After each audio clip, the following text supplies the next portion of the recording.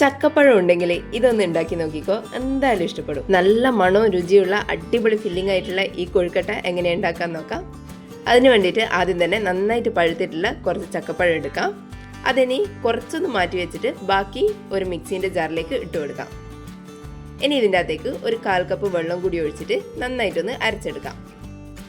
വെള്ളം ആവശ്യമെങ്കിൽ അരക്കുന്ന സമയത്ത് കുറച്ചുകൂടി ഒഴിച്ചു കൊടുക്കാം. എന്നിട്ട് ഇത് നല്ല പേസ്റ്റ് രൂപത്തിൽ ഇതുപോലെ അരച്ചെടുക്കാം. ഇനി ഒരു പാത്രത്തിലേക്ക് 2 കപ്പ് അരിപ്പൊടി എടുക്കാം. പത്തിരിക്കും നൂൽപുട്ടിനെല്ലാം ഉണ്ടാക്കാൻ വേണ്ടിയിട്ട് എടുക്കുന്ന അരിപ്പൊടി ഉണ്ടല്ലോ, അതാണ് എടുത്തിട്ടുള്ളത്. ഞാനിവിടെ പച്ചവെള്ളത്തിൽ കുഴക്കാൻ പറ്റിയ അരിപ്പൊടിയാണ് എടുത്തിട്ടുള്ളത്. ഇനി ഇതിൻ്റെ അകത്തേക്ക് 1/2 ടീസ്പൂൺ ഉപ്പ് കൂടി ഇട്ട് കൊടുക്കാം. എന്നിട്ട് നന്നായിട്ടൊന്ന് മിക്സ് ചെയ്തെടുക്കാം.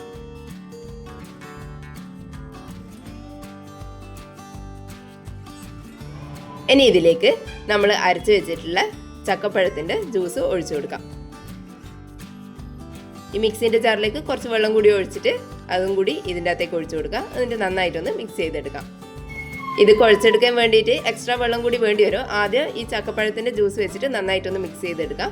അതിനുശേഷം വെള്ളം ഒഴിച്ചിട്ട് കുഴച്ചെടുക്കാം.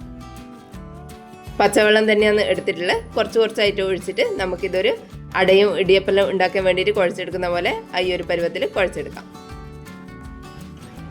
ഇതുപോലെ നന്നായിട്ട് കുഴച്ചെടുത്തിട്ടുണ്ട്. ഇതിനെ ഒന്ന് മാറ്റി വെക്കാം. ഇനി ഒരു പാത്രത്തിലേക്ക് 1 കപ്പ് ശർക്കര പൊടിച്ചത് ഇട്ട് കൊടുക്കാം. 3 കട്ട ശർക്കരയാണ് ഇതിന് വേണ്ടിയിട്ട് എടുത്തിട്ടുള്ളത്.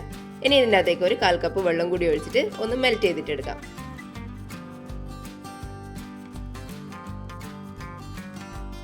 ശർക്കര നന്നായിട്ട് മെൽറ്റായിട്ട് വന്നു കഴിഞ്ഞാൽ ഇത് വേറൊരു പാത്രത്തിലേക്ക് അരിച്ച് മാറ്റാം. എന്തെങ്കിലും പൊടിയോ കല്ലോ ഉണ്ടെങ്കിൽ അതൊന്ന് മാറാൻ വേണ്ടിയിട്ട്. എന്നിട്ട് നമ്മൾ ആദ്യം ശർക്കര ഉരുക്കിയ പാത്രത്തിലേക്ക് തന്നെ കഴുകിയിട്ട് വീണ്ടും ഒഴിച്ചു കൊടുക്കാം. ഇനി അതൊന്ന് തിളച്ച് വരുന്ന സമയത്ത് ഇതിൻ്റെ അകത്തേക്ക് 1 കപ്പ് തേങ്ങ ചിരകിയത് ഇട്ട് കൊടുക്കാം. ശർക്കരപ്പാനി അധികം ലൂസായി പോകരുത്. അങ്ങനെയാണെങ്കിൽ കുറച്ച് കുറുകിയതിന് ശേഷം തേങ്ങ ഇട്ട് കൊടുക്കാം. ഇനി ഇതെല്ലാം നന്നായിട്ടൊന്ന് മിക്സ് ചെയ്തെടുക്കാം.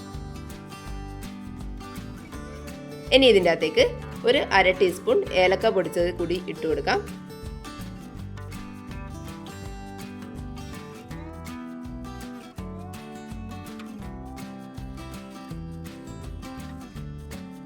എല്ലാം കൂടി നന്നായിട്ട് മിക്സ് ചെയ്തെടുത്തതിന് ശേഷം നമ്മൾ ആദ്യം മാറ്റി വെച്ചിട്ടുള്ള ചക്കപ്പഴം ചെറുതായിട്ട് അരിഞ്ഞിട്ട് ഇതിൻ്റെ അകത്തേക്ക് ഇട്ട് കൊടുക്കാം.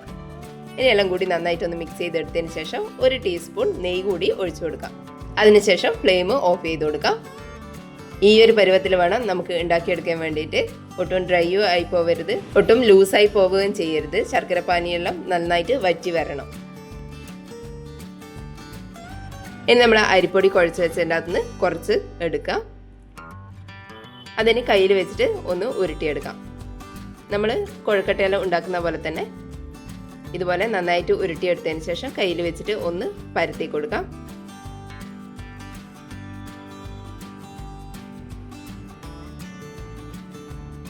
ഇനി ഇതിൻ്റെ ഉള്ളിലേക്ക് നമ്മൾ ഉണ്ടാക്കി വെച്ച ഫില്ലിങ് നിറച്ചു കൊടുക്കാം. എന്നിട്ട് ഫില്ലിങ് ഒട്ടും പുറത്തേക്ക് വരാത്ത വിധത്തിൽ ഇതുപോലെ ഒന്ന് കവർ ചെയ്ത് കൊടുക്കാം.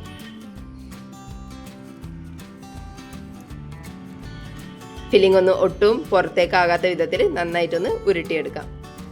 ഇതുപോലെ ബാക്കിയുള്ളതും കൂടി ചെയ്തെടുക്കാം. കയ്യിൽ വെച്ചിട്ട് പരത്തിയെടുക്കാൻ ബുദ്ധിമുട്ടുണ്ടെങ്കിൽ ഇതുപോലെ ഉരുട്ടിയെടുത്തതിന് ശേഷം നടുവിലൊരു ഹോള് വെച്ച് കൊടുത്തതിന് ശേഷം അതിൻ്റെ അകത്തേക്ക് ഫില്ലിങ് ഇട്ട് കൊടുത്താലും മതിയാവും. അതാവുമ്പോൾ കവർ ചെയ്തെടുക്കാൻ കുറച്ച് ഈസി ആയിരിക്കും.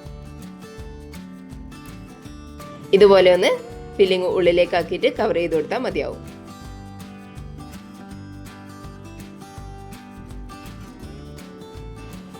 ഇതുപോലെ മുഴുവനും ചെയ്തെടുത്തതിന് ശേഷം ഒരു സ്റ്റീമറിലോ അല്ലെങ്കിൽ ഇഡ്ഡലി പാത്രത്തിലോ വെച്ചിട്ട് ഇത് നമുക്ക് ആവിയിലൊന്ന് വേവിച്ചെടുക്കാം. ഒരു 10-15 മിനിറ്റ് കൊണ്ട് ഇത് നന്നായിട്ട് വെന്ത് കിട്ടും. 2 കപ്പ് അരിപ്പൊടി വെച്ചിട്ട് ഈ ഒരു വലുപ്പത്തിലുള്ള 7 കൊഴുക്കട്ടയാണ് ചെയ്തെടുക്കാൻ പറ്റുക. ഇത്ര വലുപ്പത്തിലല്ലെങ്കിൽ ചെറിയ ഉരുളകളാക്കിയിട്ട് ചെയ്തെടുത്താലും മതിയാവും. എളുപ്പത്തിൽ ഉണ്ടാക്കാൻ പറ്റിയ നല്ല ടേസ്റ്റി ആയിട്ടുള്ള ഒരു റെസിപ്പിയാണ്. അരിപ്പൊടിയിൽ ചക്കപ്പഴം കൂടി ചേർത്തിട്ട് കുഴച്ചെടുക്കുന്നതുകൊണ്ട് ഇതിൻ്റെ പുറംഭാഗവും നല്ല ടേസ്റ്റ് ആയിരിക്കും. അതിൻ്റെ കൂടെ നല്ല ജ്യൂസി ആയിട്ടുള്ള ഫില്ലിങ്ങും കൂടി ആകുമ്പോൾ അടിപൊളിയാണ്. എല്ലാവരും ഒന്ന് ഉണ്ടാക്കി നോക്കണേ. വീഡിയോ കണ്ടിട്ട് ഇഷ്ടപ്പെട്ടിട്ടുണ്ടെങ്കിൽ ഒന്ന് ലൈക്ക് ചെയ്ത് സബ്സ്ക്രൈബ് ചെയ്യണേ. താങ്ക്